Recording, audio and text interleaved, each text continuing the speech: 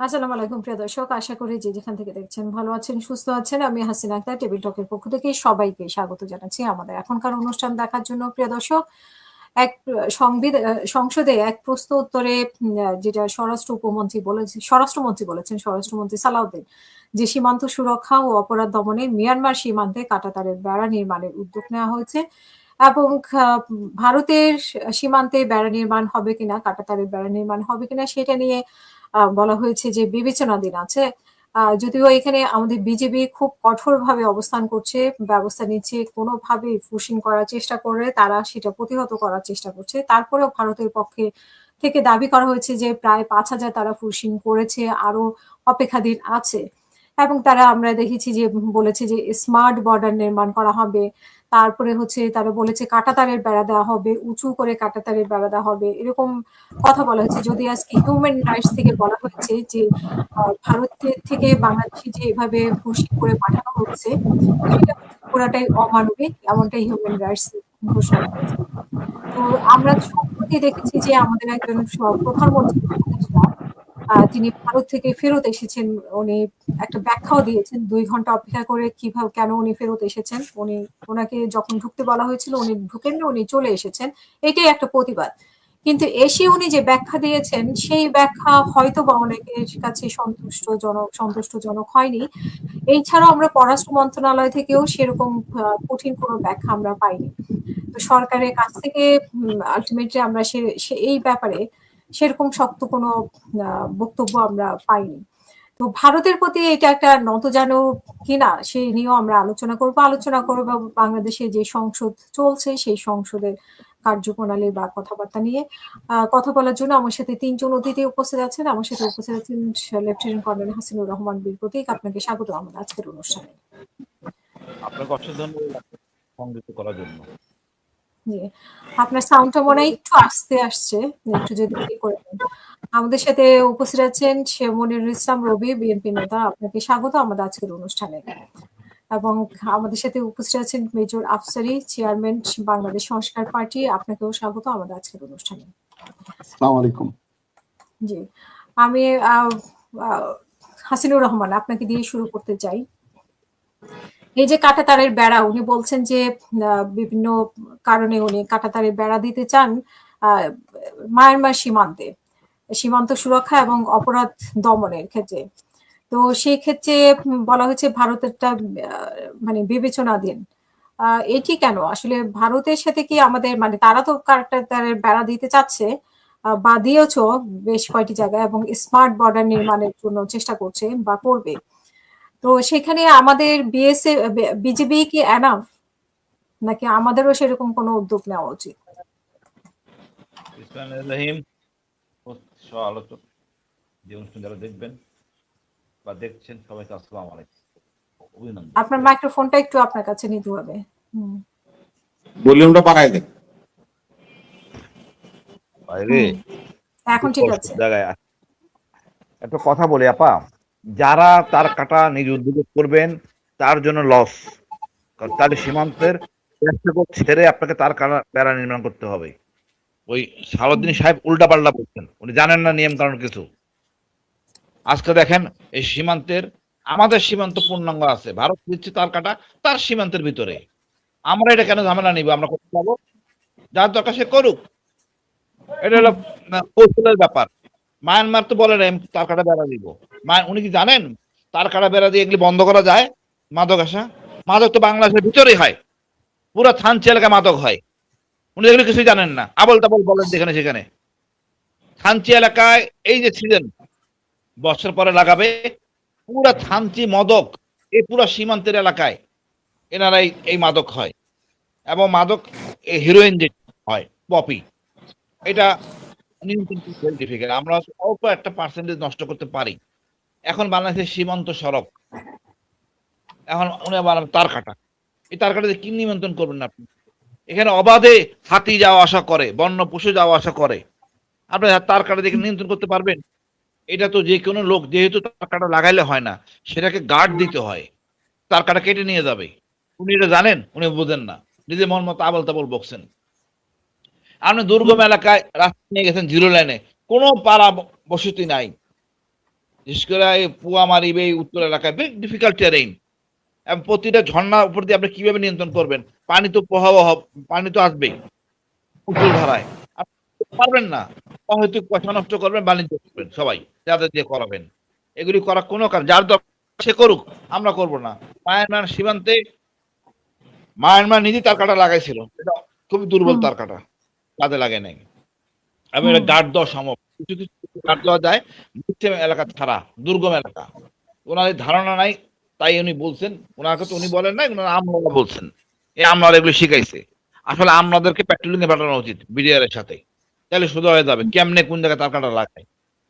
ইন্ডিয়ার হুম, সাথে আমরা কোথাও তার কাটা লাগাবো না, আসলে পরিষ্কার। লাগালে আমাদের সীমান্তের ভিতরে অংশ ছেড়ে দিয়ে লাগাইতে হবে। তারপর ওই 150 ভিতরে চাষ করতে গেলে একটা পকেট গেট বানাইতে হবে, ওইটার জন্য গার্ড দিতে হবে। কেন আমি ঝামেলা নিব? যার দরকার সে লাগাক, আমি নিজে হুম। নিজে কেন বন্দী হব? আমি মনে করি এই ব্যাপারে আপনার মানে ব্যাখ্যা যেটা আমার দরকার সেটাই দিলাম। এবং এটা কোনোভাবে যেমন ইন্ডিয়ান সীমান্তে কাটা লাগাইছে, ওনাদের অপরাধ কিন্তু পারতেছেন না, হুম। মাদক ঠিকই আসতেছে। এটা মাদক একটা আসতেছে, উনি আসলে যেটা বলছে যে মাদক, অবৈধ অস্ত্র, গোলাবারুদ এগুলা প্রবেশ ঠেকানোর জন্য জিরো টলারেন্স নীতি উনি অনুসরণ কি করবে। উনি জানেন পাহাড়ে উনি ঘুরছেন? আমার সাথে একবার যাও, আমার সাথে নিয়ে যাওয়া উচিত, বা আফসারি স্যারে নিয়ে যাওয়া উচিত। এই জঙ্গলের মধ্যে মানে আপনি কিভাবে ঢুকবেন? মাদক কি আপনি খোলা আকাশে নিয়ে আসতেছে, আপনি তাই মনে হয়? আপনার অস্ত্রবহনকে এমনি নিয়ে আসে? কি রাফ টেরেইন আপা, আপনি বুঝবেন না, বোঝানো যাবে না। আপনার এই যে বান্দরবন থেকে থানচি হয়ে গহীন জঙ্গলে দিয়ে চলে যেতে হয়, এটা কিভাবে তার কাটা বেড়া দিবেন? হয়তো পাশান, বরঞ্চ বিডিআর ক্যাম্পগুলিকে শক্তিশালী করেন, ওদেরকে ডিপ টিউবওয়েল বসায় দেন, জেনারেটর দেন, তেল দেন, যেন আরামে থেকে ডিউটি করতে পারে। সেটা আমরা করি না, সেটা আমরা করি না, আমরা আবল তাবল বকি। আপনি দেখবেন সীমান্তের এলাকায় ক্যাম্প বলি বা বিডিআর ক্যাম্প, অনেক অধিকাংশ ক্ষেত্রে পানির ব্যবস্থা নাই, যেহেতু কারেন্ট নাই, পানির ব্যবস্থা নাই, কাজ করে না, অনেক খরচ। এগুলিতে মানে নিবেশ করা উচিত স্বরাষ্ট্রমন্ত্রী, আমি মনে হয়। কিন্তু তার কাটা বেড়া এটা একটা মানে তার অপচয়, মানে মনে করি এটা অপচয়, এটা করা। কাঁটার তারের বেড়া এটা যেমন মিয়ানমারও দরকার নেই, ভারতেও দরকার নেই আমাদের, এটাই তো নাকি? নাকি দিল্লি দুই জায়গায় এখানে দেওয়া? সহজভাবে মিয়ানমার তার কাটা ছিলাম বেশ আগে, তখনই তার কাটা বেড়া ছিল। তার কাটা হুম, বেড়া যেখানে দেওয়া সম্ভব, ওখানে মানুষ তো ওইভাবে চলে আপা। মানুষ তো আমি দেখছি তার কাটা বেড়া কেটে ভেঙে মিয়ানমারের ভিতরে ট্রাক ঢুকে কাঠ নিয়ে আসে শীতকালে। এটা বাস্তবতা। এখন ছুরি দিয়ে ট্রাক ঢুকে মায়ানমারের ভিতরে ঢুকে কাঠ কেটে ওখানকার লোকদের সাথে আলোচনা করে বাংলাদেশে টাকা নিয়ে আসে। এটাই বাস্তবতা। ওই কাজে আমাদের কক্সবাজার টকবাজার এইসব এলাকায় অনেক কাজ হয়।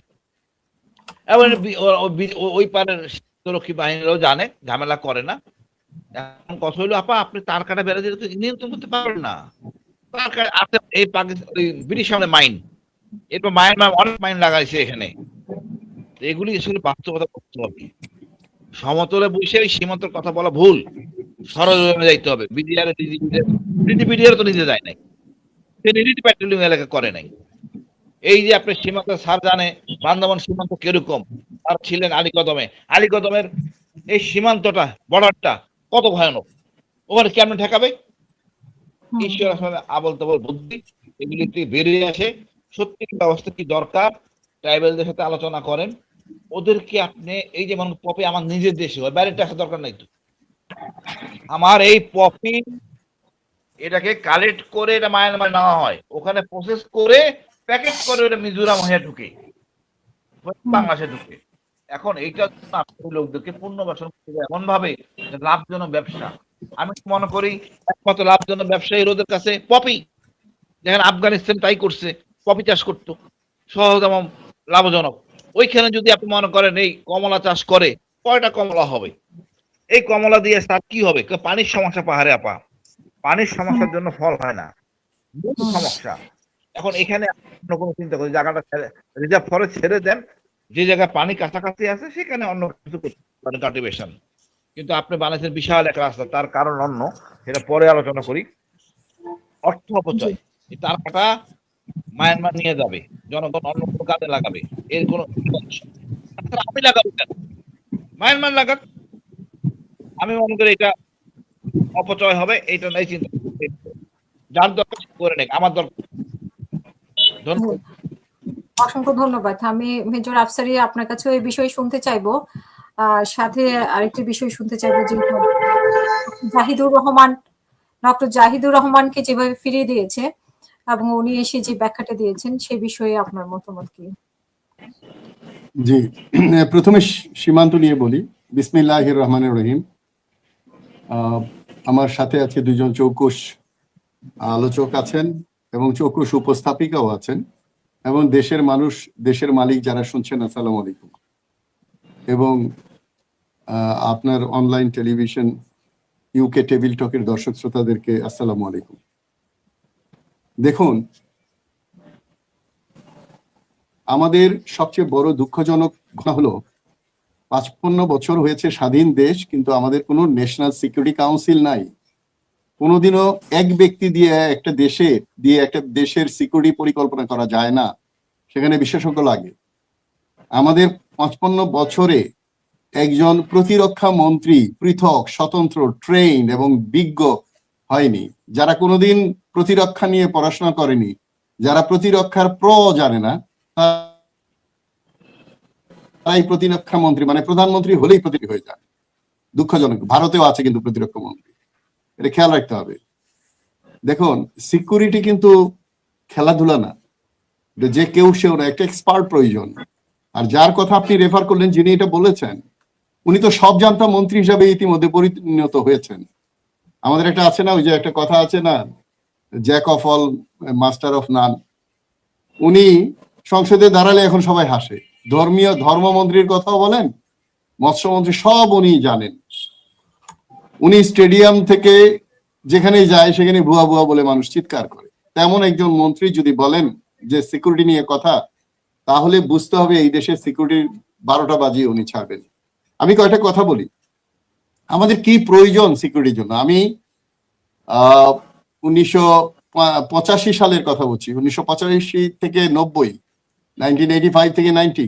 আমি, যারা ওখানে এলাকায় তারা বুঝবে, একদম সাউথে কুরুকপাতার ঝিরি, তার চেয়েও গভীরে বার্মা বর্ডার থেকে শুরু করে একেবারে ভগবান টিলা পর্যন্ত চষে বেরিয়েছে একজন কমান্ডো অফিসার হিসেবে। এমনকি ছদ্মবেশে বিডিআর এর খাকি পোশাক পরে বিডিআর এর সাথে অ্যাটাচ ছিলাম যখন আপনি অস্ত্র সমর্পণ হয়, এবং ভারতে যখন শান্তি বাহিনীর এটা ভগবান টিলায় দাঁড়ালে দেখা যেত যে তারা ক্যাম্প করে প্রশিক্ষণ দিচ্ছে আমাদের বন্ধু রাষ্ট্র। সেই সময় থেকে ওই ইয়েতে কাজ করেছি, হিলট্রেক্সে। আরেকটা কথা বুঝতে হবে যে চট্টগ্রাম, পার্বত্য চট্টগ্রামের বর্ডার আর প্লেন ল্যান্ডের বর্ডার ইজ নট সেম। এই কাঁটাতার একটা প্লেন ল্যান্ডে বসানো যত সহজ, পাহাড় ঝিরির মধ্য দিয়ে কাঁটাতার বসানো কিন্তু এত সহজ নয়, এবং অসম্ভব অনেক ক্ষেত্রে। যেটা করণীয়, আমি সংক্ষেপে কম সময় নিয়ে বলছি, যেটা করণীয়, আমাদের ফিজিক্যাল যে সিকিউরিটি, এটা জোরদার করা দরকার। আমাদের সীমান্ত চৌকি ও বিওপি বাড়ানো উচিত। আমাদের সীমান্ত ঘেঁষা রাস্তা, রোডগুলো উন্নত করা দরকার যতটা।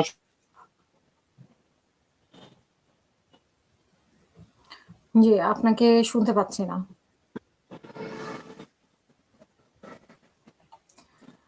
আফসারি ভাই, আপনাকে শুনতে পাচ্ছি না, খুবই দুঃখিত। কিনা জানি না। তো এখন আসি আমাদের উপদেষ্টা জাহিদ সাহেব। আমার যেটা মনে হয় যে জাহিদ সাহেব আগে, আমরা যখন বিপ্লব করেছি, আমরা যখন আন্দোলন করেছি, তখন উনি ভারতের বিরুদ্ধে যে কথাগুলো বলতো সেগুলো রেকর্ড রয়ে গেছে। কিন্তু আমাদের এরকম জাহিদ সাহেবের মতো অনেক মানুষ আছে যারা রং বদলায়। তারা কখনো অন্তর্বর্তী সরকারের প্রিয় হয়ে যায়, কখনো নতুন সরকার আসলে তার প্রিয় হয়ে যায়। কোন ক্রাইটেরিয়াতে তাকে উপদেষ্টা বানানো হয়েছে আই ডোন্ট নো। কি তার যোগ্যতা, কি ওনার কাছ থেকে পাবে তারেক রহমান, আমি জানি না।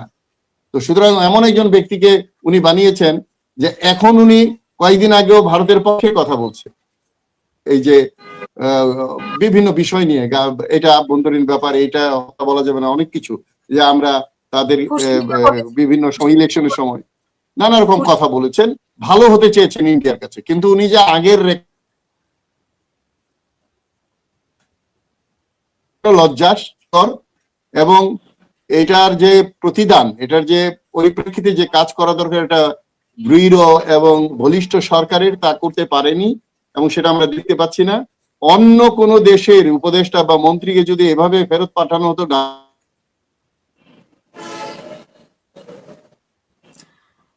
আমি জানি না, আপনার ইন্টারনেটটা সমস্যা করতেছে, ওনাদের দুজনেরটা করছে না, তো আপনারটা সমস্যা করছে। খুবই খারাপ কয়েকদিন যাবত। তো আমি এখানে শেষ করতে চাই, আপনি একটু চেক করে দেখেন পরিণত হয়ে যাচ্ছে। তবে মালয়েশিয়া এবং চীন সফর করে আসলে তারেক রহমান কোন দিকে তাকায়?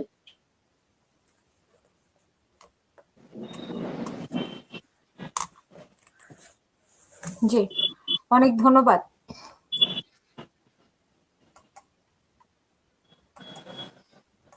আমি একটু মনির ইসলাম রবি ভাইয়ের কাছে শুনতে চাই যে যে ঘটনাটা ঘটে গেল, আমরা দেখি যে এরকম একটা ঘটনা ঘটলে সাথে সাথে হাইকমিশনকে তলব করা হয়, মানে সেই দেশের। এখানে এখন আমরা তো দেখেছি হাইকমিশন এসেছে, হাইকমিশনার সেদিন এসেছেন এবং এসে সুন্দর কথা বলছেন, যে আমরা সুন্দর কথা বলছেন কি, আবার অনেকে বলছে যে ভয়ঙ্কর কথা বলেছেন, উনি দুই দেশে এক করে ফেলতে চায়। তো ওনাকে কি আসলে তলব করা হয়েছে কিনা আমি, আমার চোখে পড়েনি এরকম কোনো নিউজ। এবং ওনাকে পররাষ্ট্র মন্ত্রণালয় থেকেও তেমন কোনো ব্যাখ্যা দেওয়া হয়নি, এবং সীমান্তে যে ইস্যুটা চলছে সেই ইস্যুর ব্যাপারেও সরকারের আলোচনা খুব কম। তো আপনার কাছে শুনতে চাই, ইভেন বিরোধী দলের আলোচনাও কম। আমরা সেটাও বলবো যে যারা চাপ প্রয়োগ করার কথা সরকারের উপরে, তাদেরও সেরকম খুব জোরালো কোনো কিছু আমরা দেখি না কেন?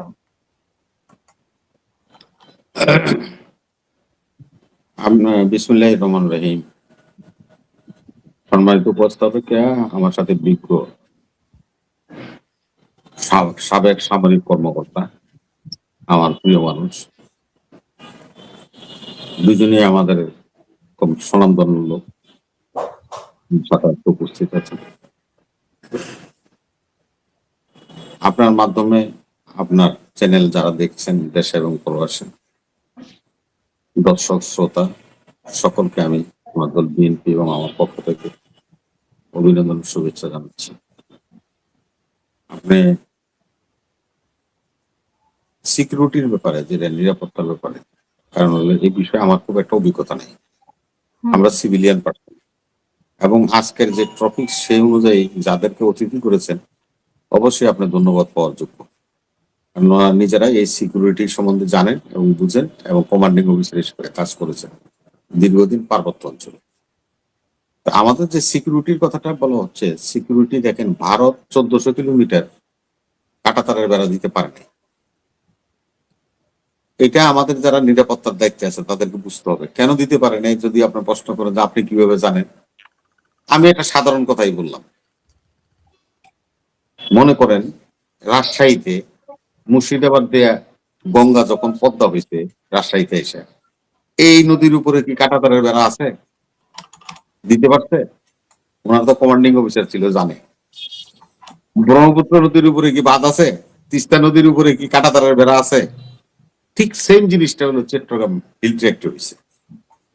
এই যে ভগবান টিলার কথা বললো, বিশ্ব টিলা, আপনারা এটাও জানেন, বিশ্ব টিলা একেবারে ফেনী নদীর সাইডে যে টিলাটা এসে এইভাবে নেমে গেছে, এবং ভগবান টিলাও ঠিক ঠিক সেম ভাবে আছে। এখন যে কথা ওনারা বলছেন, এটাই নিরাপত্তার বিষয়ে ওনাদের সাথে আমি শতভাগ একমত। নিরাপত্তার বিষয়ে এখানে সবচেয়ে অসুবিধাটা হলো কি, দেখেন 1817 সালে যখন নাকি আপনার যে বিডিআর আমরা বলছি, এই বিডিআর এর সৃষ্টি হয়েছিল। দেখেন ওনারা দুজনই চাকরি করছে, বিডিআর এর কোন রিজন কিন্তু হিল ট্র্যাক্টে নাই। বিডিআর এর রিজন কই আছে দেখেন, বিডিআর এর হলো বাইতুল ইজ্জত পটিয়াতে, আর একটা হলো জলস্করা ফেনীতে, জলস্করা বলে দাগন ভুইয়া ফেনীতে। তাদের দুইটা রিজন আছে, এই দুইটা রিজন ওখানে টেম্পোরারি কাজ করে। কিন্তু বিডিআর এর যে জন্ম, সেই জন্মটাই হয়েছে কিন্তু এই হিলে, ব্রিটিশ শাসকরা তৈরি করছিল, কিন্তু তারা তাদের জন্মস্থানে অপাঙ্ক্ত হয়ে গেছে। তাদেরকে সেখানে তেমন ভাবে ইউজ করা হচ্ছে না কখন দুজনই সামরিক কর্মকর্তা হিলে চাকরি করছে, যখন সেখানে সেনাবাহিনীর ব্রিগেডকে ডেপ্লয় করে তখন আর ওখানে বিডিআর এর প্রয়োজন হয়নি, বিদায় বিডিআর ওখানে অপাংতেই রয়ে গেছে। এখন যে জিনিসটা সবচেয়ে বড় কথা, যেটা যে আফসার ভাই বলছেন, আমাদের প্রায় মনে হয় 450 কিলোমিটার এই থানচির যে কথা হাসিনুর বলছে, সেখান থেকে সাবরুম পর্যন্ত, ভারতের সাবরুম যেটাকে বলে, আর আমাদের এই পাশে হলো রামগড়, এই পর্যন্ত আমাদের প্রথম কাজটা হলো সীমান্ত সড়ক নির্মাণ করতে হবে। সীমান্ত সড়ক, দুই দিকে গাইডওয়াল করে সীমান্ত সড়ক নির্মাণ করতে হবে। কারণ এক সময় আমি কিন্তু এই আন্ডারগ্রাউন্ড পার্টি করতাম। এই গুপ্ত বাহিনীরা কোথায় থাকে, যেখানে নাকি কমিউনিকেশন থাকে না, অপরাধীরা কোথায় পালায়? সলিমপুর, জঙ্গল সলিমপুরে পলায়, মানে সেখানে দ্রুত যাওয়া যায় না, সেহেতু সন্ত্রাসীদেরকে গ্রেপ্তার করা যায় না। যদি আপনার এই সীমান্ত সড়ক হয়, রামগড় থেকে স্টার্ট করে থানচি পর্যন্ত, আলীকদম পর্যন্ত সীমান্ত সড়ক যদি হয়ে যায়, তাহলে আমাদের বাহিনীগুলি এই সড়ক দিয়ে দ্রুত মুভমেন্ট করতে পারবে। ওনারা তো চাকরি করছে, হিলের এমন জায়গাও আছে, আমি আপনাকে বলি, হেলিকপ্টার দিয়ে বাইনোকুলার দিয়েও নিচে দেখা যায় না এখানে কি আছে। এত বড় বড় গাছ আছে যেটা আপনি কল্পনাই করতে পারবেন না। এবং হাসিনুর ভাই যেটা বলছে বিওপি চেকপোস্ট, যেটাকে আমরা বিওপি বলি, আমাদের বিজিবির, এখন তো বিজিবি হয়েছে, বিজিবির যেভাবে চেকপোস্ট গুলি করা হয়, সেখানে কিন্তু দুর্গম এরিয়া, সেখানে কিন্তু বিদ্যুৎ নাই, পানি নেই। দুটা জিনিস এই বাহিনীগুলি ফেস করে, একটা হলো মিঠা পানি আর একটা হলো বিদ্যুৎ। ডিসকানেক্ট হয়ে যায় ওনাদের ওখানে মোবাইল চলে না, কোনো কিছু চলে না, কোনো কিছু ব্যবহার করতে পারে না। এবং ওনাদের যে সমস্ত স্যাটেলাইট সেট আছে, সেগুলিও ঠিক ওই যে আফসারের ভাইয়ের নেটে যেরকম প্রবলেম করে, ঠিক সেম কন্ট্রোল রুমে প্রবলেম করে, কথা বোঝা যায় না। এত দুর্গম অঞ্চল। আমার অনুরোধ থাকবে, নিরাপত্তার কথা যদি আপনারা সরকার চিন্তা করেন, সীমান্ত সড়ক তৈরি করেন এবং বিজিবির জন্য বিওপি পোস্ট তৈরি করেন। সেগুলি কিভাবে করবেন? আমাদের দেশে এখন কিন্তু একটা ভালো জিনিস, একটা ভালো অপরচুনিটি আছে আমাদের। ওই যে আমরা যে বিদ্যুৎ পাই কি দিয়ে জানি? সৌর বিদ্যুৎ। আপনারা সেখানে সৌর বিদ্যুতের প্যানেল লাগাই দেন, তাইলে বিদ্যুতের কোনো সমস্যা হবে না, সৌর বিদ্যুৎ থাকবে। তখন ওখানে ওনারা ডিপ টিউবওয়েল করতে পারবে, সাবমার্সিবল বসাতে পারবে, মিঠা পানির জন্য ওনাদের হাহাকার করতে হবে না, যেহেতু বিদ্যুৎ থাকবে। বিদ্যুৎ থাকলে তো ওই মোটর চললে পানি উঠবে, তাইলে দোনোটা জিনিসই সলভ হয়ে যায়। আমি জানি না, আমি মাননীয় প্রধানমন্ত্রী এবং মন্ত্রী পরিষদ যারাই আছেন বিজ্ঞ, সবার কাছে অনুরোধ করবো সীমান্ত সড়ক করেন এবং বিওপি চেকপোস্ট বসান, সেখানে সৌর বিদ্যুৎ ব্যবহারের মাধ্যমে সকল কিছু সমস্যার সমাধান করা যাবে। যদি আমরা দ্রুত নিরাপত্তা চাই, তাহলে কাঁটা তারের বেড়াই কিন্তু সবকিছু ঠিক নেই, শেষ না। আপনারাই যে বাড়িতে যান বা চট্টগ্রাম যান, দেখেন 14 গ্রামে কাঁটা তারের বেড়া আছে। মিয়া বাজার থেকে ধরে মনোগঞ্জে ফুলগাছি দিয়ে হয়ে ছাগল নেই পর্যন্ত কাঁটা তারের বেড়া আছে। লাভটা কি? সেখানে গরু পাচার হইতেছে, সেখানে ফ্যান্সি ডিল আসতেছে, সেখানে চিনি আসে, সেখানে শাড়ি আসে, সেখানে এলাচি আসে, দারচিনি আসে। কোনটা আপনি ঠেকাবেন? পারবেন না তো। তার কাটার বেড়া তো ওরাই দিছে, ভারতই দিছে, আমরা তো দিই নাই, ভারতই দিছে তাদের সেফটির জন্য। তারা তো সেফটি নিরাপদ না। সেহেতু এটা নিয়মটা হলো যে যোগাযোগ ব্যবস্থা যত উন্নত হবে, সেখানে ক্রাইম কম এবং হবে। সীমান্তে তো এখনো মানুষ পুশিং যে করতেছে তা না, মানুষও তো হত্যা করতেছে। তো গতকাল দেখি যে প্রায় দিনে করে হত্যা হচ্ছে। আমি ওই কথাটাই বুঝাইতে চেষ্টা করছি যে দেখেন, সীমান্ত সড়কগুলি যদি আপনি সেভাবে করতে পারেন, আমাদের এই যে 4 লেন করতেছেন, 8 লেন করতেছেন, বড় বড় আপনার মহাসড়ক করতেছেন, এই মহাসড়কের কাজ কিছু বাদ দিয়ে ভিতরে আমরা হেঁটেও যেতে পারবো, অসুবিধা নেই। কিন্তু সীমান্ত সড়ক করে দেন। ওরা কি করছে? কাঁটা তারের বেড়া দিছে, আর আমরা করবো সীমান্ত সড়ক। আমাদের সেখানে আর্মি যাবে, সেখানে আমার পুলিশ যাবে, সেখানে আমার বিজিবি যাবে, সেখানে আমার বাহিনীর ডিজিএফআই বলেন, এনএসআই বলেন, ডিবি বলেন, সবাই সেখানে অহরহ গাড়ি নিয়ে ঢুকবে, যাবে, এ মাথা থেকে ওই মাথায় ঘুরবে, সবকিছু করতে হবে। অতএব কাঁটাতারের বেড়ার সমাধান নয়, সীমান্ত সড়ক হলে সমাধান। আর হিল ট্রেক্টরের জন্য যে দুর্গম পাহাড়ি অঞ্চল, সেখানে ভারতও কাঁটাতারের বেড়া দিতে পারেনি, তাদেরও সাহস হয়নি, কেন তাদের স্কোপ নাই সেখানে দেওয়ার। আর আমাদের দ্বারা বলছেন, জানি না হয়তো ওনারা আমার চেয়ে অনেক বিজ্ঞ মানুষ, তারপরেও ওনাদেরকে বলবো যে ফিজিক্যালি যান, দেখেন সেখানে যে কথা বলছেন ওই কথা বাস্তবায়ন করার ক্ষমতা আপনার আছে নাকি নাই। ওই কথা বললেই তো হবে না, মন্ত্রী হন তাতে কি হয়েছে। আর একটা যেটা বললেন কি, ডাক্তার জাহিদ, ডক্টর জাহিদের জন্য তো কোনো হাই কমিশনকে তলব করা হয়েছে কিনা আমি জানি না, বাট উনি একটা হ্যাঁ, বিল হাইকমিশনের তলব করছে, বাংলাদেশে হাইকমিশনটা তলব করছে, ভারতীয় হাইকমিশনার উনি গতকালকে মনে গেছেন, হাইকমিশনে গেছেন।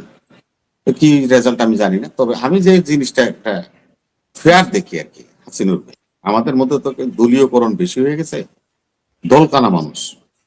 কেউ মনের মধ্যে যদি উদয় হয় যে আমি শিবির, তাইলে আর অন্য কিছু আর হবে না। কেউ মনে যদি উদয় হয় যে আমি ছাত্র দল, আর অন্য কিছু তার কাছে নাই। এই ধরনের পলিটিক্স এর কারণে আমাদের আজকে এই দুর্গতি, 54 বছরে আমাদের এই অবস্থা। জাহিদুর রহমান সাহেব একজন উপদেষ্টা, ওনার কাছে নীল পাসপোর্ট থাকবে কেন? ওয়াই? ওনারা তো দিল্লি এলাকা আটকেছে তা না, আমার তো প্রথমটা আটকানোর কথা ছিল আমাদের বাংলাদেশের ইমিগ্রেশনে। সাহসী অফিসার হইলে, ইমিগ্রেশন অফিসার হইলে ওরা তো বাংলাদেশে আটকাই দিত ঢাকায়, যে স্যার আপনি হলেন উপদেষ্টা, আপনার কাছে সবুজ পাসপোর্ট কেন? এটা তো সারেন্ডার করে লাল পাসপোর্ট হয়ে যাবে। এটা তো অটো লাল পাসপোর্ট আছে তার কাছে, সবুজটা সে ব্যবহার করতে যায় কেন? উনি সবুজ পাসপোর্ট নিয়ে গেছেন, ভালো কথা। সেখানে প্রটোকলের কথা বলছেন, যেহেতু ক্ষমতায় আছেন ওইটাতে একদিনে হয়ে যাওয়ার কথা, বা লাগলো সময়। এখন তো সরকার হয়েছে তো ভাই কয়েক এটা মাস। অটোই। আপনি যখন ওত পড়েন বললেন নাকি, এই সমস্ত লেভেলে ওত যারা পড়ে তাদের কিন্তু অটোই আপনার লাল পাসপোর্ট হয়ে যায়। পাসপোর্ট অফিসালারাই না, এমপি সাহেব করে, মন্ত্রী সাহেব করে, পাশাপাশি এই আমাদের চিঠি দেয় না হকাররা, হরকাররা, ওরকম চিঠির মতো আইনা ওরা দিয়ে দেয় যে এই যে স্যার আপনার এই পাসপোর্ট বানানোর লেগে ওনাকে কোনো জায়গায় যাওয়া লাগে না। তারপর দুর্ভাগ্যের বিষয় যে উনি প্রটোকল, যেটা ইন্টারন্যাশনাল প্রটোকল, এটা মেনটেন করেন। সেহেতু ভারতীয় ইমিগ্রেশন ওনাকে ছাড় দিবে, কারণ উনি ওনাদের ইমিগ্রেশনকে উনি বলছেন আমি উপদেষ্টা বাংলাদেশ সরকারের, মানে সঙ্গত কারণ এটা বোঝার জন্য আপনার মনে করেন যে এই জাহিদের মতো ডক্টরেট বা ডাক্তার হওয়ার দরকার নেই। সাধারণ কথা, যখন আমার ইমিগ্রেশন অফিসার বলবে যে আপনি স্যার উপদেষ্টা বাংলাদেশ সরকারের, তা আপনি স্যার এই সবুজ পাসপোর্ট নিয়ে আসতেন কেন? তাহলে আপনার দাঁড়ান, ইমিগ্রেশন অফিসে নিয়ে পুলিশে নিয়ে ধরে বহায় রাখছে, 2.5 ঘন্টা না 3 ঘন্টা বহাই দিয়েছিল, পুলিশ বেষ্টনীতে এসে ওখানে গেছে। তার মানে এক ধরনের ক্রাইম করছে তাদের চোখে, ওইটা ওইভাবে ট্রিট করছে, ওনাকে উপদেষ্টা হিসেবে ট্রিট করেনি। তারপরে যখন সে এখন বলি যে জাহিদ যে বলতেছে যে না আমার ইগুর বিষয়, যার কারণে আমি ব্যাক করে চলে আসছি, এই ইগুর বিষয় তো আমি একজন মন্ত্রী, আমার যদি ভারতীয় পুলিশ আমার হাত ধরে টেনে নিয়ে অফিসের মধ্যে বহায় আর চারপাশ দিয়ে পুলিশ কারায় থাকে, তা আমার দেশের মর্যাদা থাকে না আপনার মর্যাদা থাকে? তারপরে ইগুতে লাগবেই, লাগছে এই জন্য ফেরত আসছে। আগামীতে এরকম ভুল করেন না, রাষ্ট্রের ক্ষতি করেন না, এটাই আমার সাজেশন। তো সরকারের আর দেন যদি ওনার নিজের হয়ে থাকে, ইচ্ছাকৃত হয়ে থাকে, বা অন্য কোনো কারণে উনি করে থাকে, তাহলে তো উচিত যে সরকারের নিজেই সরিয়ে দেওয়া। আর ওনাকে কেন, আপনাদের দলের এত যোগ্য, এত ত্যাগী নেতা থাকতে ওনাকে কেন সরকার বেছে নিয়েছে, এই প্রশ্ন কিন্তু সবার। শুনুন আপা, আপনার একটা কথা বলি, এটা সরকার যখন চলে, আপনার আমি একটা সাধারণ হিসাব দিই, যে কয়দিন আগে আমেরিকার একজন প্রতিরক্ষা উপদেষ্টা পদত্যাগ করছে না, ওনার নাম কি? প্রতিরক্ষা উপদেষ্টা ভারতের মেয়েটা, কি জানে নাম? তুলসী গাবার্ড, উনি মনে হয় প্রতিরক্ষা। হ্যাঁ, তুলসী গাবার্ড কিন্তু জীবনও কোনোদিন রিপাবলিকান পার্টি করেনি, সে কিন্তু অলওয়েজ ডেমোক্রেট। সারা জীবনই ডেমোক্রেট ছিল, ডেমোক্রেটের সেই এমপিও ছিল একসময়, কিন্তু পরবর্তীতে পলিসিতে এসে সে রিপাবলিকদের সাথে যোগ দিছে, তাকে এত বড় পোস্টে দিছে, দেখেন তার কাছ থেকে রেজাল্ট নিতে পারে না, সে নিজে এখন সরে গেছে তুলসী গ্যাবার। সরকার তার কাছ থেকে যে আশা করে তাকে ওখানে নিয়ে গেছিল, রিপাবলিকানরা দেখছে না ও তো আজীবন ডেমোক্রেট, অতএব ও আমাদের রিপাবলিকান হতে পারে না, অতএব ওর এখানে রাখা যাবে না। রাষ্ট্র চালাইতে হলে, রাষ্ট্রযন্ত্র চলতে হলে সকল ধরনের ইনস্ট্রুমেন্টস দরকার। হুম এখন আমি আপনার একটা সত্য উদাহরণ দিই, আমাদের দল তো, এখন আমি বলি তারপর, এটা কিন্তু আমি সাবেক স্বৈরাচার হাসিনা সরকার আমলের একটা উদাহরণ দিতেছি। জাহিদ মালিক, কর্নেল মালিক সাহেবের ছেলে, ওনাদের কলি হাসিনুর বাড়ির জাহিদ মালিক, ও কিন্তু কোনো ডাক্তারি লেখাপড়াই করে না, ও হলো কবিতা লিখতো এক সময়, ওরা আমরা চিনি তো। ওদের বাড়ির মধ্যে ম্যাকডোনাল্ডস প্রথম বাংলাদেশ আসছে, এই মালিক সাহেবের বাড়ির মধ্যে ম্যাকডোনাল্ডস এর শাখা খুলছিল, আমরা ওইখানে এক সময় খাইতাম, আড্ডা দিতাম, আমাদের সাথে সম্পর্ক আছে। তো ও হলো পড়ছে হলো আর্টসে, সায়েন্সে লেখাপড়া করে না। আবার দেখেন একটা বিখ্যাত লোক, তার নামের কারণে বিখ্যাত হয়ে গেছে, ঘটনার কারণে, হুম সাভারে এনাম মেডিকেলের মালিক ডাক্তার এনাম সাহেব, ওনারা কিন্তু হাসিনা স্বাস্থ্যমন্ত্রী করে নাই। স্বাস্থ্যমন্ত্রী কারে করলো? মালিক, এই জাহিদকে। কোভিড এর সময় দেখছেন শাহিদের লোকে চুক্তি করছে, রিজেন্টের লোকে, দেখছেন আপনারা। ডাক্তার সাবরিনার মতো একটা মেয়ের সাথে চুক্তি করছে সার্টিফিকেট দেওয়ার জন্য। সেরামের সাথে আমরা চুক্তি করলাম, আমাদেরকে তারা ইনজেকশন দিবে, সেরাম আমাদের চুক্তি ভাইলেট করে তারা দিল না। আপনাদের একটা স্মরণ আছে কোভিড এর সময় আমাদের তরুণ একজন ডাক্তার সিলেটে এই পিপির কারণে, মানে লোকাল পিপি, মানে মেডিকেল পিপি না, তার মানে ডাক্তারদের জন্য যেটা পিপি ব্যবহার করে আর আমরা যেটা সাধারণত রাস্তায় ব্যবহার করি, ওটা কিন্তু এক না, হুম ওর মধ্যে অনেক পার্থক্য আছে। জি সেই ভদ্রলোক মনে করছে না, সেই ভদ্রলোক মনে করছে, ডাক্তার মনে করছে পিপি তো আছেই, সে পিপি পরে মনে করেন রুগীর ওয়ার্ডে চলে গেছে, কোভিড এর রুগীদের ওয়ার্ডে সে আক্রান্ত হয়ে গেছে, সে মারা গেছে। কি কারণে? কারণ ওই যে জাহিদ, ও তো ডাক্তার না, ও তো এটা বুঝে না। হুম হুম এখন আপনারা আমি একটা সিমিলার ঘটনা দেখি, আপা এটা কালকে ইয়ে করে দ্রুত ছেড়ে দিয়ে, সেটা হলো হুম এই ডেবের সভাপতি বাংলাদেশে কিডনি রোগের যদি 10 জন চিকিৎসক থাকে, তার অন্যতম হলো ডাক্তার জাহিদ, হুম যিনি প্রধানমন্ত্রীর মাকে কারাগার থেকে শুরু করে এবার কেয়ার, এমন কোন জায়গা নাই, ঘুম নিদ্রা সবকিছু বাদ দিয়ে, স্ত্রী প্রয়োজন ঈদ তেহার কিছুই ছিল না জাহিদের, একজন সিপাহীর মতো দাঁড়িয়ে থাকতো, টেক কেয়ার করেছে। কারণ আপনি ডাক্তার মন্ত্রী কারে বানাইলেন? ওই যে 111 এর কারিগর, চাপাবাজ, শকাত, সাকওয়াত হোসেন বকুল, নুরসিন। ও ডাক্তারের সিরিঞ্জ কি দিয়ে বানায় এটা জানে? কি ম্যাটেরিয়াল দিয়ে সিরিঞ্জ হয় সেটা জানে? সংসদে অস্ত্র অস্ত্র অস্ত্র দিয়ে আমি অস্ত্র শুনেন দিয়ে শুনুন, ওগুলি কাজের, শুনুন কাজের জায়গা, আপনি উপস্থাপিকা, আপনার জায়গা আমি না, আমি ফিট না, আপনার জায়গা আপনি ফিট, বুঝছেন? আমাদের একটা কবিতা আছে না, যে বোনেরা বন্যের ব্যবস্থা না করে হসপিটাল যে বন্ধ করে দিল, লাইসেন্স বাতিল করে দিল, রোগীদের কি হবে? আরে ওইটাই আমি আসতেছি, আপনার বলি না, বোনেরা বন্যের সুন্দর। তো এই গল্পটা যদি আপনি ফলো করেন তাহলে আমি বলতে চাই, এই যে ক্যাপসুল তৈরি করে, এটা যে ক্যাপটা তৈরি করে, ক্যাপসুল মানে ক্যাপ, ক্যাপের ভিতরে ওষুধ, এটা তো ক্যাপসুল। হুম এই যে ক্যাপটাতে তৈরি করে, এটা কি দিয়ে তৈরি করে ওটা জানেনি সর্দার বকুল? জানে না তো, সে ডাক্তার মন্ত্রী। এই যে কিছু সিদ্ধান্ত, এগুলি কিন্তু বুমেরাং হয়, এটা দলের জন্য না, রাষ্ট্রের জন্য ক্ষতিগ্রস্ত তো আমরা হব। কি হলো, সে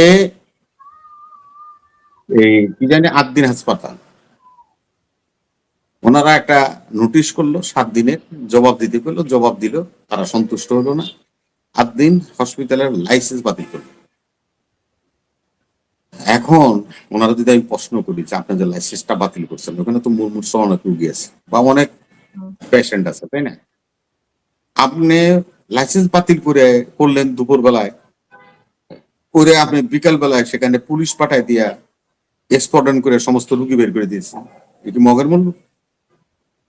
কান ইট ইমাজিন? এটা কি হয়? আপনি কিভাবে রুগীগুলির এখান থেকে সরাই দিলেন? এখন পরে এসে দেখেন ওনাদের হুঁশ হয়েছে। এগুলি তো আমলারা করে, ওরা তো রাজনীতি করে, বকুল টকুলরা, এরা তো আমলারা করে। গত পরশুদিন কয় আমরা তো মেডিকেল কলেজের লাইসেন্স বাতিল করি নাই। আদ্দিন হাসপাতালটা যে লাইসেন্স দিছে কেমনে দিছে কোন তো ভাই আমার বুঝান। Dhaka medical college, Dhaka medical, তারপরে কলেজ। আমাদের মূল ওই শাহবাগের কথা বাদ দিলাম, Dhaka medical college, Dhaka medical মানে মেডিকেল তারপর হলো কলেজ। লাইসেন্সটা কেমন হচ্ছে? ঢাকা মেডিকেল কলেজ, তা আদ্দিন হাসপাতাল, লাইসেন্স তো সেভাবে পেয়েছে, সেই লাইসেন্স অনুযায়ী তো সে এখানে মেডিকেল কলেজ করে। মেডিকেল কলেজের লাইসেন্স আমরা বাতিল করিনি, বাতিল করছি হসপিটাল। রেখেছে, হাসপাতালে তা বাদ দিয়ে দিয়েছে। এটা 3 দিন পরে করিজেন্ডাম, 3 দিন পরে আপনার করিজেন্ডাম দিলেন, তাতে কি হলো? জনমনে একটা দ্রুমজাল সৃষ্টি হলো। আপনি ওই প্রথম দিন, না না, আমার সাজেশনটা হলো আপা, আপনি শুনেন, টাকা নিয়ে আমার বলছে কোনো টাকা আমার মহিউদ্দিনের কথা বাদ দেন, ওরাও চিনি আমি। আপনি এই কথাটা আপনার আমি বলি যে আপনি যখন বাতিল করলেন, প্রজ্ঞাপনটা জারি করলেন, তখন বলবেন যে আদ্দিন হাসপাতালের লাইসেন্স বাতিল করা হলো, আদ্দিন মেডিকেল কলেজ অব্যাহত থাকবে, শিক্ষা কার্যক্রম চালাতে হবে। আপনারা এইটা করবেন। 3 দিন পরে এখন আমরা তো হসপিটালের বাদ করছি, মেডিকেল কলেজের বাদ করিনি, তাহলে এটা ওই চিঠির মধ্যে বললে আপনার কি হইতো? এখন মহিউদ্দিন সাহেব শুনুন, ওই যে সেই জন্য ওই যে ইসলামী ব্যাংক আসে, ইসলামী ব্যাংক এই জন্য আসে, দেখেন এই মহিউদ্দিনেরা কিভাবে টাকা মারিং করে বাংলাদেশে যদি 10,000 এই যে কি জানি আমরা এগুলি প্যাথোলজি টেস্ট করেছেন, এগুলি কি কই আমরা এই যে আমাদের যে মেডিকেলে যে ইয়ে করে যে টেস্ট ফেস্ট করে যে এগুলি কি কই আমরা সেন্টার, কি সেন্টার জানি, ল্যাবরেটরি, হ্যাঁ, এগুলি সারা বাংলাদেশে যদি 5,000 থাকে তো 4,500 মালিক হলো জামাতের পোলাবেন, 4,500 মালিক জামাতের পোলাবেন। বেসরকারি হাসপাতাল যেগুলো নাকি লাইসেন্স প্রাপ্ত বা লাইসেন্স ছাড়াও বাংলাদেশ আছে, তার 90% মেডিকেল সেবা যারা দেয় সারা দেশে, এগুলি সব জামাতের ছেলেগুলো। এটা কিভাবে হয়েছে? ওই যে সোলোমান রাজি, শেখ সোলামান রাজি, কাতারের, জি, শেখ সোলামান রাজি কাতারের একজন বিখ্যাত ধনাঢ্য ব্যক্তি। তার আল রাজি ফাউন্ডেশন 30% শেয়ার ছিল আপনার এই ইসলামী ব্যাংকে। তিনি একটা ওসিয়তনামা করছিলেন, আমরা এটা ডিট করি আর কি, আমি তারপরে বাংলায় গেলাম, ওসিয়তনামা করছিলেন। ওই শেখ ওসিয়তনামা করছিলেন যে তোমাদের এখান থেকে যে ডিভিডেন্ড হবে ব্যাংকের লভ্যাংশ, আমি এটা নিব না। এটা কাকে দিবা? ইন ফেভার অফ, কথাটা লেখা আছে ইন ফেভার অফ, কাকে দিবা? আমাদের দেশের ইসলামিক এই সংস্থাকে।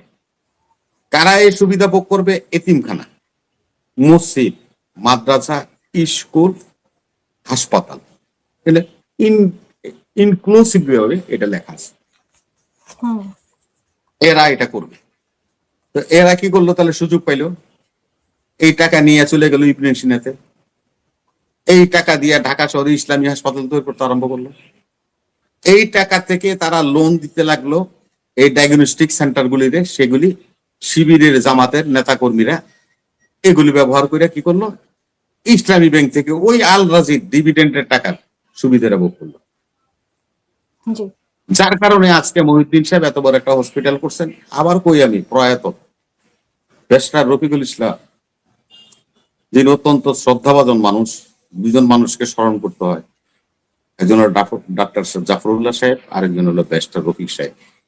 এই ব্যারিস্টার রফিক সাহেব মেরুদণ্ড সোজা করা একটা লোক ছিল। আমাদের হাজার হাজার উকিল, আওয়ামী লীগের হাজার হাজার উকিল ব্যারিস্টার 111 এর মামলায় হাইকোর্টে লড়তে যায়নি কেউ। ব্যারিস্টার রফিক সাহেব শেখ হাসিনার মামলারও লিডার ছিল, বেগম জিয়ার মামলারও উকিল ছিলেন। আমরা এবার একটু ইয়ে থেকে ওনার শুনি। সারা জীবনে ডাক্তার ফাহমিদা হক, আমি বলি ডাক্তার ফাহমিদা হক ওনার মিসেস, এবং ডাক্তার ফাহমিদা হক আমাদের বেগম খালেদা জিয়ার খুব কাছের মানুষ, এবং উনি একসময় আমাদের শিশু একাডেমির মহাপরিচালক ডিজি ছিলেন। ডাক্তার ফাহমিদা হক বেগম জিয়া উনার বানাইছিলেন। ওনার নিঃসন্তান, ওদের কোনো সন্তান নাই। ব্যারিস্টার রফিকুল হকের এবং ডাক্তার ফাহমিদা হকের যত সম্পত্তি আছে সবই আব্দির হসপিটালকে উইল করে দিয়ে চলে গেছে, নগদ স্থাবর অস্থাবর সব।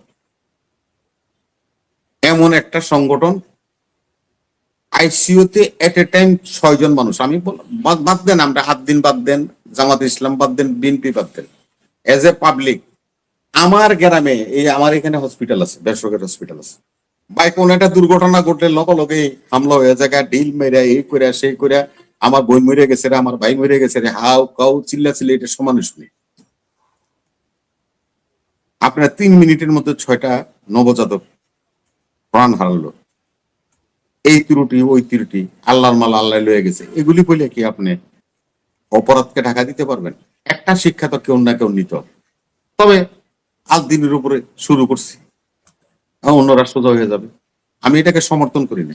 তারপরে বললাম এই জন্যই যে কোথাও না কোথাও থেকে তো শুরু করতে হবে, এই অনিয়মগুলি থেকে বেরিয়ে আসতে হবে। স্বাস্থ্য খাতে আপনারা তো বলেন ব্যাংকিং খাত, আমার দেশের মানুষ জানেই না সংবিধানে এমন একটা পাওয়ার দিয়ে আছে, আমাদের বাংলাদেশের সংবিধানে একটা পাওয়ার দেওয়া আছে স্বাস্থ্যের বিষয়ে। মহামারীর সময় স্বাস্থ্য বিভাগ যা কিছু করবে তার কোনো হিসাব অডিট হবে না। মহামারী তার মানে কোভিড মহামারী, এই কোভিড এর ইনজেকশন, এপিপি সিপি ল্যাব কিনা ওরা হাজার হাজার কোটি টাকা আওয়ামী লীগ এদেশ থেকে পাচার করে নিয়ে গেছে, ব্যাংকিং চ্যানেলে না, এই সমস্ত চ্যানেলে হাজার হাজার কোটি টাকা নিয়ে চলে কোনো হিসাব নিকাশ নাই এগুলো না। ওইটা ওই যে আপনার এই যে সংবিধানে আছে, এই যে আর্টিকেলটা আমি পড়ে শুনাই। সেই দায়িত্ব দেওয়া হয়েছে সর্দার বকুলকে, বাট উনি তো এখন বুঝতেই পারতেছি আমরা। বাট প্রধানমন্ত্রীও নাকি ওনাকে বলেছে যে আপনি যা কিছু করবেন আপনার সাপোর্টে আছি আমি, সেটাই এখন দেখার বিষয় আর কি। কোনটা বিষয়? উনি তো বলল, প্রধানমন্ত্রী বলছে যে উনি যা করবে ওর সাপোর্টে আছে। উনি বলছে কে যা করবে, কে যা করবে? স্বাস্থ্যমন্ত্রী যা করবে, এটা স্বাস্থ্যমন্ত্রী যা করবে, হ্যাঁ স্বাস্থ্যমন্ত্রী যা করবে। শুনি নাই, উনি বলতেছে যে উনি যা করবে প্রধানমন্ত্রী ওনার সাথে আছে, এটা স্বাস্থ্যমন্ত্রী বলেছে। কিন্তু স্বাস্থ্যমন্ত্রী, আমরা তো প্রধানমন্ত্রী শুনেন, এই সাখাওয়াত হোসেন, সর্দার সাখাওয়াত হোসেন বকুল তো 111 এর নায়ক। বেগম জিয়ারে বাদ দিয়ে একটা দল বানাইছিল, সাইফুর রহমান আর মান্নান বিরোধী, ওই দলের তো সে একজন নেতা। আমার নেতা কি বুঝে তারে নিয়ে এসে আমি জানি না, তার মারে যে চেক করছে তারে আবার উনি মন্ত্রী বানাইছেন। অতএব উনি হলেন টক শো এর, আমাদের সাথেই তো টক শো করছেন। এই আসিনা বা আপনার এই শো করিনি আমরা বকুলের লোকে, আপনার আমাদের সাথে তো টক শো করছিল। সে মন্ত্রী হয়েছে, তেল না মারলে তার মন্ত্রিত্ব থাকবে। যে প্রধানমন্ত্রী আমার সাথে আছে, প্রধানমন্ত্রী কইছে যে তোর সাথে আছে, আরে প্রধানমন্ত্রী পুরো মন্ত্রী পরিষদের সাথে আছে। প্রধানমন্ত্রী তো মন্ত্রী পরিষদ, প্রধানমন্ত্রী যদি মন্ত্রী পরিষদ যদি প্রধানমন্ত্রী বানাইছে, সে যদি সাথে না থাকে তাহলে এরা চলবে কেমনে? আরে এটা বলার দরকার আছে নাকি? এটাকে কয়ে দেওয়া লাগবে? একটু ইয়ে থেকে শুনি, হাসিনুর ভাই থেকে শুনি, ঠিক আছে? হ্যাঁ শুনেন, আমি সেজন্যই আপনারা আমি বললাম। ওই যে আরেকটা কথা আছে, না আরেকটা কথা আমি শেষ করে দিই, আজকের সময় আমরা বড় করবো না। আফসারি ভাই চলে গেছে, হ্যাঁ তো আবার ওই যে আফসারি ভাইয়ের তো আবার এক সমস্যা, বিএনপি কইলেই ওনার চুলকানি আরম্ভ হয়, খাওয়ানি আরম্ভ হয়। মানে বিএনপি যে তার কাছে কি বিষ জানি না। আজকে আইছিলাম আফসারি ধরার জন্য, হাসিনুর ভাই আফসারি বললেন নাকি আপনার এই যে ভেজিটেবল ঘি দিয়া ডাল কি জানি পরোটা খায়া শরীর গরম হয়ে গেছে, বাইরে গেছে। আজকে একটা কথা, এই যে ত্রিবিধি বাংলাদেশে আইসা বাংলাদেশে নাইমে এসে একটা কথা বলছেন, বাংলাদেশ আর ভারতে এক বলছে। আপনারা এটা প্রশ্ন করছেন যে তাকে কেন পররাষ্ট্র মন্ত্রণালয়ে ডাকা হলে। এই সাম্প্রতিককালে আমাদের প্রধানমন্ত্রী একটা কথা বলছে, যে শুনেন, আপনারা খেয়াল করবেন। কিন্তু প্রধানমন্ত্রী একটা কথা বলছে যে আমার যে ভেঙে গেছিল হাড়টা, ডিসপ্লেস ওয়েতে লাগছে, মানে সহজ সোজা লাগে নাই, এমনি একটু বেঁকা হয়ে লাগছে। কারণ এটা লাগার কারণটা হলো আমি যে ফ্লোরে শোয়া রাখছে আমারে এই ইয়েতে জেলখানায়, যার কারণে সেখানে ওই ধরনের সিস্টেম ছিল না, উঁচা নিচা হয়ে আমার হাড়টা লাগছে। আমার হাড়টা জোড়া লাগছে ডিসপ্লেস ওয়েতে, প্লাস মাঝে মাঝে আমার ব্যথা করে। আপনারা যারা আমার সাথে এই ব্যবহার করছে তাদেরকে যদি আমি শাস্তি দিই, মৃত্যুদণ্ড দিই বা অন্য কোনো কিছু করি, তাতে আমি তারেক রহমানের হাড্ডিটা তো আর সোজা হয়ে লাগবে না, আর আমার ব্যথাটাও তো নিরাময় হবে না। তাহলে আমি এটা কেন বলবো? এই কথাটার অর্থটা এখানে ত্রিবেদী যখন বলছে, আমাদের নেতা শহীদ রাষ্ট্রপতি জিয়া রহমান, তিনি সারকে 150 কোটি লোকরে এক করে দিয়েছিল। আপনাদের মনে আছে কিনা দেখেন। আমরা হীরক রাজার দেশের ছবি দেখছি, সাংস্কৃতিক ব্যারিয়ার ছিল না। আমরা পাসপোর্ট ছাড়া সার্কের 7টা রাষ্ট্রে ঘুরতে পারতাম, 7টা রাষ্ট্রে ঘুরতে পারতাম।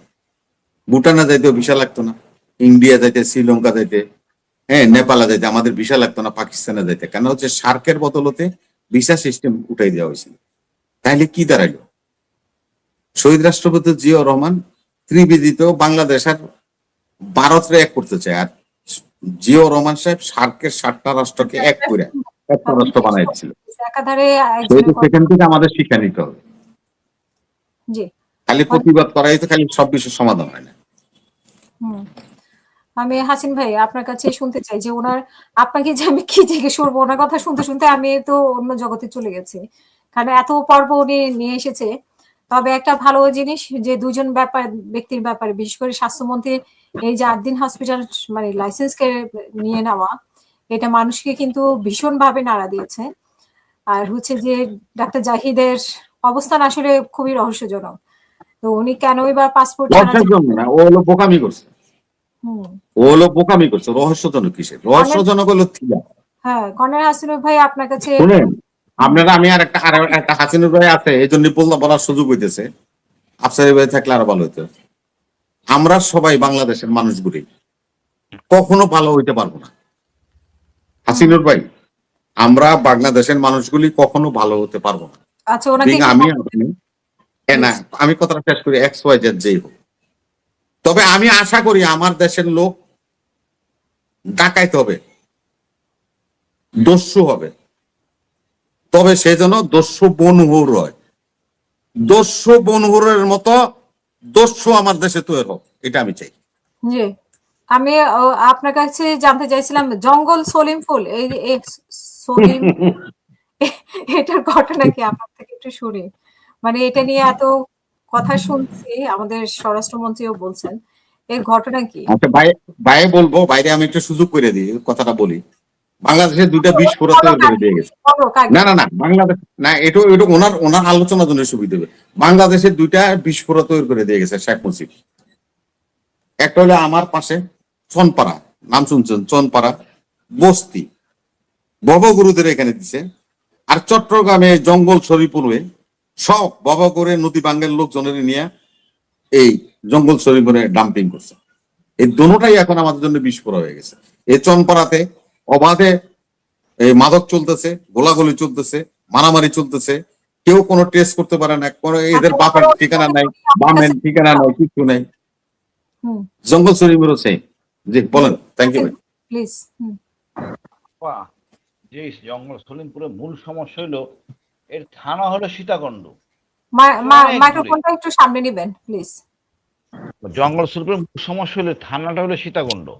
সীতাকুণ্ড চট্টগ্রাম মেট্রোপলিটন থেকে অনেক দূরে, আর এর অংশ হলো মেট্রোপলিটন এলাকার ভিতরে, যদিও এর মধ্যে সামান্য মধ্যে মানে এলাকার মধ্যে আসতেছে না। ওদিকে বাইরে বসতো আমি, এদিকে হলো গিয়ে আপনি মনে করেন জায়গা হাইওয়ের মাঝখানে জায়গাটা গ্যাপ, যত সন্ত্রাসী আছে সব ওখানে থাকে।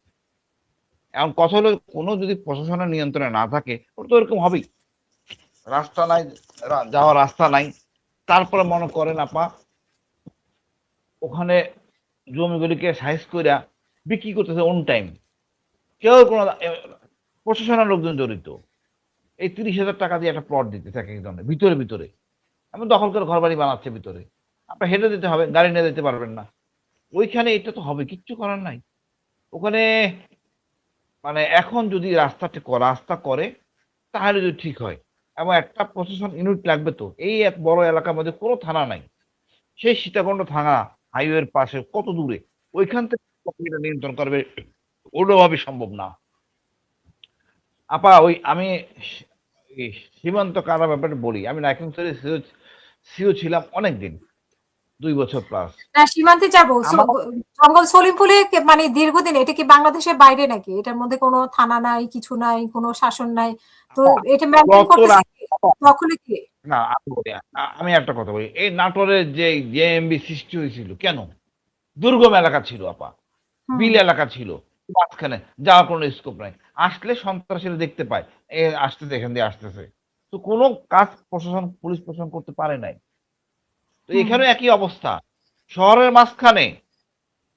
আপনি অবাক হবেন, ওর ভিতরে যাওয়ার কোনো স্কোপ নাই, কোনো দিকে দেখতে পারবেন না। হ্যাঁ, পাহাড় দিয়ে যাওয়া যায়, গাড়ি নিয়ে দেখতে পারবেন না, পুলিশ গেলে মাইর খাবেই। এই একমাত্র রাস্তা না থাকার জন্য এটা এই অবস্থা, রাস্তা না থাকার জন্য, এবং এটাকে অ্যাডমিনিস্ট্রেটিভ কারণ নিয়ন্ত্রণে নাই। সেই সীতাকুণ্ড হুম থানা ইম্পসিবল এখানে কিছু করলে। ইভেন এখানে হত্যাকাণ্ড হইলেও ওই সীতাকুণ্ড থানা পুলিশের জন্য তদন্ত করা ভেরি ডিফিকাল্ট। এর ভিতরে আছে অসংখ্য মানুষ যারা নিম্ন আয়ের। হুম এটা এখন যেটা হচ্ছে রাস্তা করতে আপা ইনশাল্লাহ ঠিক হয়ে যাবে। আর যে কথাটা বলতেছিলাম আপা, না এই সীমান্ত মানে আপনি যদি নিজে সীমান্ত দেন, আপনার নিজের জমি ছেড়ে দিতে হবে ১৫০ গজ। তা আমি কেন ছাড়বো? আর লাইসেন্স হুম সিও ছিলাম আমি, আমি আমার সীমান্ত পিলার চেক করতে যাই, বিডিআর নিয়ম আছে, পিলার গুলো ঠিক আছে কিনা হিসাব দিতে হয় প্রতি মাসে, সব পিলার ঠিক মতো আছে কিনা, চেঞ্জ হয়েছে কিনা। তা আমার শখ হয়েছিল পিলার যাওয়ার জন্য, আমি সরাসরি যাইতে পারতেছি না। আমাকে ইভেন মায়ের মানে ভিতর দিয়ে ঢুকে দিতে হইতেছে, টেরিংটা ওইরকম। ইচ্ছে করলে পারবেন না আপনি, এমন খারাপ পাহাড়, পা পিছতে পড়ে যাবেন, সম্ভব না। কোনো সিও তার সৈনিকের রাস্তা পাঠাবে না, তাকে যাইতে হবে কিভাবে? খালি পায়ে, পাহাড় ধরে ধরে। এটা তো আমার ট্রেনিং এর মধ্যে পড়ে না। তো কি করি আমরা? ওই সোর্স পাঠাই দিই, ক্যামেরা দিয়ে যা ছবিটা তুলে নিয়ে আয়। এইসব উপায় নাই তো আমার। একইভাবে বললাম না, আপনি এই যে সীমান্ত তার কাটাবেন, আমি এই উচ্চারণই করবো না, যার দরকার সে করে নিক। এখন আমি আপনার বলি, কিছুদিন আগে মাস দুয়েক আগে আমি গেছিলাম ওই আপনার সাদা প্লেটে, ওখানে ইন্ডিয়ান পণ্য বিক্রি হচ্ছে বিএসএফ এর কাছাকাছি। বললাম, আমি জিজ্ঞেস করতে, ভাই তোমরা কেমনে এটা আনো?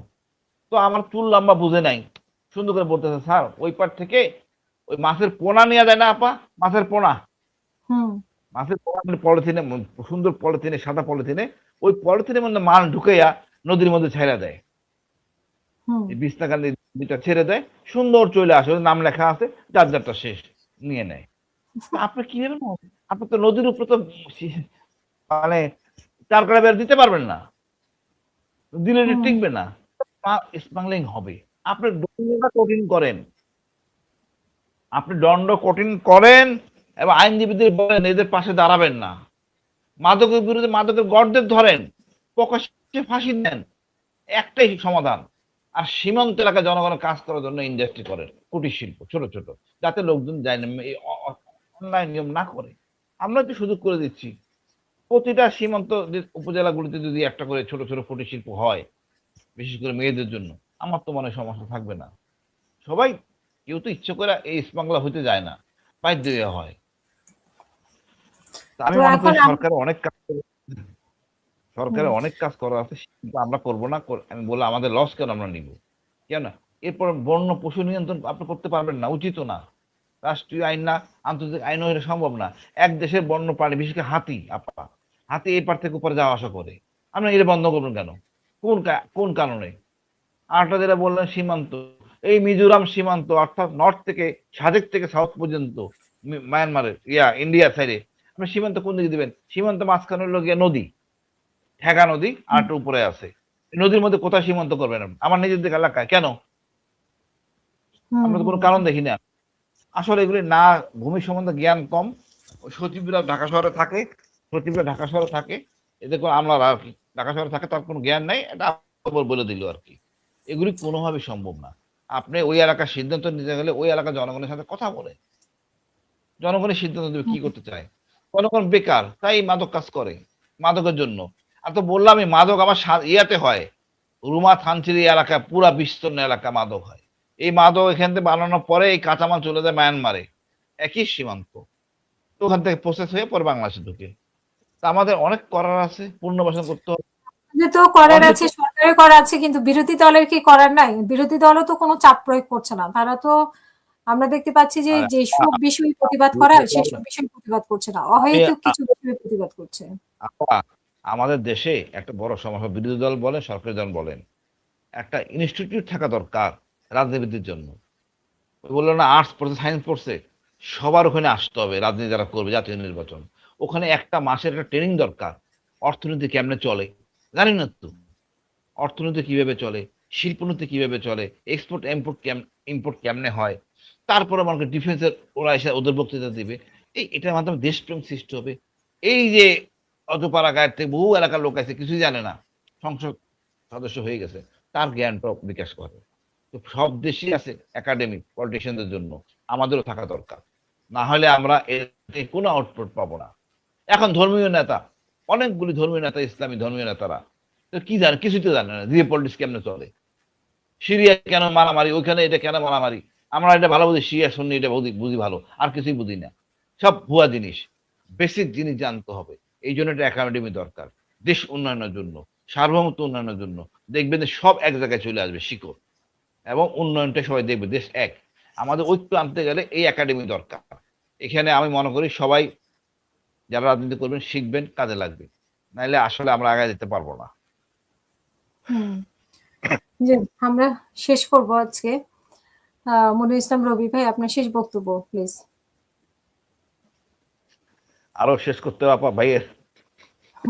না, আজকে তো আমি অনেক বলে ফেলছি ভাই, হাসিনুর ভাই একেবারে বলার সুযোগই পাইনি। না না, সেটা হলো ভাই ভাই সীমান্ত সড়কের কথা, একটা কথা বলি, কিছু মনে করেন না। আমাদের অনেক কিছু মানে না জেনে শুনে আমরা কাজ করি। আপনারা বলতেন টিচার, ধর্মীয়, আমাদের জেনারেলরা অনেক অনৈতিক কর্মকাণ্ড লাইক কুকিচিন প্রশ্রয় দিছে, যেটা ইন্ডিয়াতে আছে, ইন্ডিয়া বানাইছে কুকিচিন একমাত্র মণিপুরের মেইতিদের ঠেকানোর জন্য। সেটা আমাদের দেশে প্রশ্রয় দিছে, আমাদের লোকেরা বুদ্ধি দিছে যে শান্তি বাহিনীর সাথে মারামারি করবে, এটা উল্টা ক্ষতি হয়েছে। কারণ আমরা ভাবছেন একরকম, হয়েছে আর এক রকম।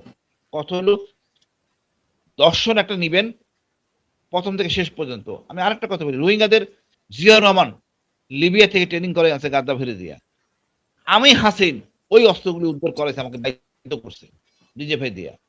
এবং মানুষ অ্যারেস্ট করতে বলছে, আমি অ্যারেস্ট করি নাই, অস্ত্র কিছু উদ্ধার করছি, কিছু আমি আন্ডারস্ট্যান্ডিং এর মধ্যে আমি যতটুকু সেভ করা সম্ভব করতে চেষ্টা করছি।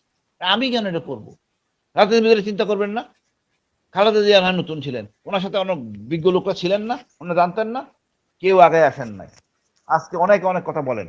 এই জন্য বলি একটা ইনস্টিটিউশন দরকার। আমাদের নীতি কি হবে দেশের, সব দল জানতে হবে, গাদ্দার বাইরে হয়ে যাবে, না হলে হবে কি, ভুল হবে, একজন এক করবে, আরেকজন আরেকটা করবে, অন্যদিকে যাবে, এটা ঠিক না। আজকে মনে করেন এখন আমাদের প্রচুর রোহিঙ্গা সামরিক আছে, ওদের প্রশিক্ষণও আছে, একটু স্কোপ করলে তারাই আরাকান দখল করতে পারে। কেন আমি যাই মতো এই জিনিসটা নিতে পারতেছি সিদ্ধান্ত? কারণ আমি যদি নেই, পরের গভর্নমেন্ট নিবে না, এইটাই হলো সমস্যা। এই জন্য রাজনীতিবিদদের এক হইতে হবে, বিরোধী দল সরকারি দল এক হইয়া। এখন তো মনে হয় আমাদের দুই পক্ষই মজলুম, উন্নয়নের চরম শিখে থাকার কথা, সমালোচনা করার অবকাশ নাই। এক একটা করে ধরবো, ঐক্যমত আমি কাজ সাথে চলাই যাবো। আমি আর মিডাল ফ্যাক্টরি বানাবো না ফাইটার বানাবো, আমাদের সিদ্ধান্ত। আমি তো তাদের দিয়ে আমি অসংখ্য ধন্যবাদ দেই, উনি চীনে আগে যাচ্ছেন এবং আন্তরিক যে উন্নয়নের জন্য আনোয়ারাতে ছেড়ে দিচ্ছেন। আপনি বুঝেন আনোয়ারা থানা, আনোয়ারা যে চীনের ওই উন্নয়ন ইয়ে জন্য, হ্যাঁ, এটা কালাদানে 12টা বাজাবে, এটা কালাদানে 12টা বাজাবে। আমি বলি অশেষ ধন্যবাদ, ভালো কাজ করছেন। এবং দেখেন উনি যে কাজগুলি আমরা প্রথম দিকে মনে করতাম সব বনে ডুবলো, আলটিমেটলি আমাদের ফেভারে গেছে। এই জন্য আমাদের আন্দোলন করতে হবে, সমালোচনা করতে হবে, কথা বলতে হবে। এই জন্য আগামী শুক্রবার মশাল মিছিল আমাদের রবি ভাই আমন্ত্রিত, আমাদের মহাখালী মশাল মিছিল ক্রসিং করে থেকে লাভ শুরু নেই। করবো। কিসের জন্য মশাল মশা মিছিল? মদের দাম আমাদের বাড়ছে, চারা এই যে মদের ওই যে দাম আমার বাড়ছে, মদের দাম, সিগারেটের দাম বাড়ছে, এই জন্য মশাল মিছিল করবে। চাইলের মদের দাম যে সিগারেটের দাম অপরিবর্তিত আছে, চাইলের দাম অপরিবর্তিত আছে, খাদ্যদ্রব্য না না না সবকিছু না, উপরে ট্যাক্স বসানো, চাইলে এটা তো ওনাদের জুত লাগে না। এই লেগে হাসিনুর ভাই চাইলে একটু আগে কইছিলাম আপনার ভাই, যে ওরে ভাই, চুলকায়, আপনার কথা বিএনপি ওরে ভাই, করলে চুলকায়। ওনাকে বলতে দেন। ওরে ভাই আপনি কথা শেষ করতে দেন না, আপনার কেন মাঝখানে কথা বললেন? আমরা আন্দোলন করতেছি, ভারতের দূতাবাসে দিয়ে যাচ্ছি আমরা, কেন এই ফিলিং হচ্ছে? কেন বলছে আমাদের রংপুর দখল করবে?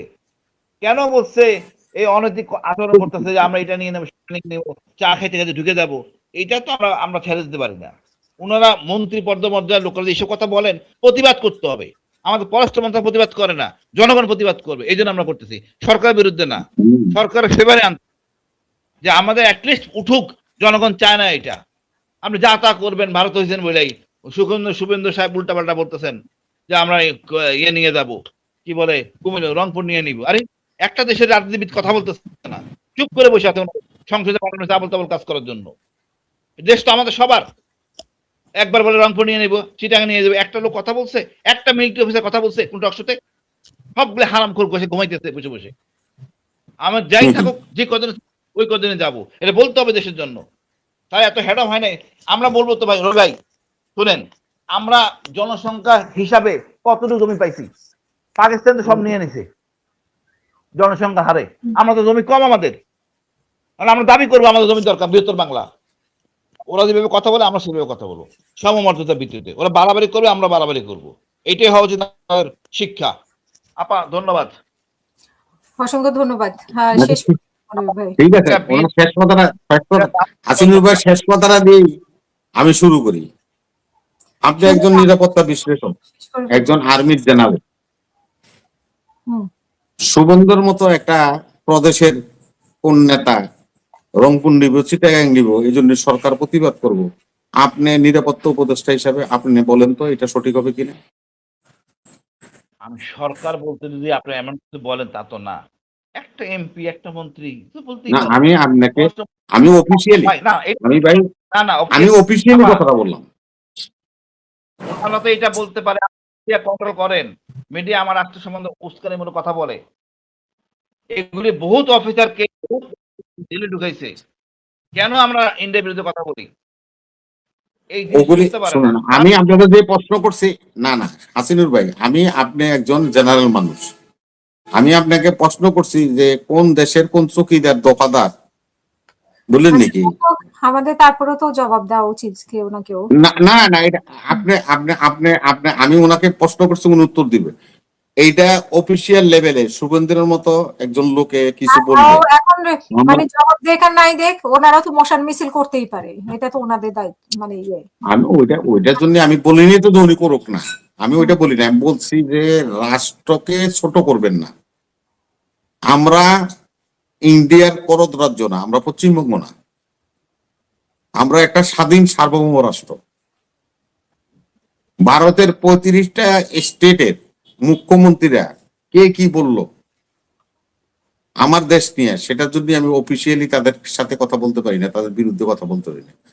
ভারতের কেন্দ্রীয় সরকার, তার পররাষ্ট্র মন্ত্রণালয়, স্বরাষ্ট্র মন্ত্রণালয়, প্রতিরক্ষা মন্ত্রণালয়, তারা যদি কোনো বক্তব্য দেন, আমি রাষ্ট্র হিসাবে সেটার প্রতিবাদ করবো। এটা হলো বিধান, যেটা বিধানে নাই। উনি তো সরকারি কর্মকর্তা ছিল, সেজন্য আমি বলছি এটা, যে বিধানে কাভার করে না, সেজন্যই এটা বলা যায় না, এটা আমি বলছি। যায় দেন না, আপনি কথা সঠিক না। আপনার এই জিনিসটাই আমি বলি না, অনেক সময় সরকার বলে না, সরকার অনুলোক দিয়ে বলায়, এটা নিয়ম। সরকার অনেক কথা বলতে পারে না, প্রোটোকল মেনটেন করে। সরকার তখন তৃতীয় পক্ষ দিয়ে বলায়। এটা হওয়া উচিত যেন সরকার এটা আমলে নেয়। আমলে নেয় মানে সরকার জানে, কিন্তু সরকার বলতে পারতেছে না। এখন দেখেন আপনার এই আমাদের হাতি হত্যা অপরাধী দুজন রেখে দিয়েছে, কোন প্রোটোকলে, কোন ক্ষমতা বলে ভারত রাখছে? কোন চুক্তি আছে? সবই আছে। ওরা আমার জিনিস নিয়ে তদন্ত করতেছে, আমরা বেকার যায়। Stock stock it out. কথা বলতে হবে। না বলতে বলতে আমাদের অবস্থা এই অবস্থা। আমাদের আজকে এই অবস্থা। আমরা কথা বলবো, অনেকদিন কথা বলে তাই বেশি বেশি বলতেছে, কিছু করার নাই। বাট এটা বিএনপির বিপক্ষে না, জামাতের বিপক্ষে না, একটা হলে ভারতের বিপক্ষে। অশেষ ধন্যবাদ আপা। অসংখ্য ধন্যবাদ আপনাদের দুইজনকে, এবং প্রিয় দর্শক আপনারা যারা শুনছিলেন তাদেরকে ধন্যবাদ। আমাদের পরবর্তী অনুষ্ঠান দেখার আমন্ত্রণ জানিয়ে এখানেই শেষ করবো। সবাই ভালো থাকবেন, সুস্থ থাকবেন। আল্লাহ হাফিজ। আসসালামু আলাইকুম।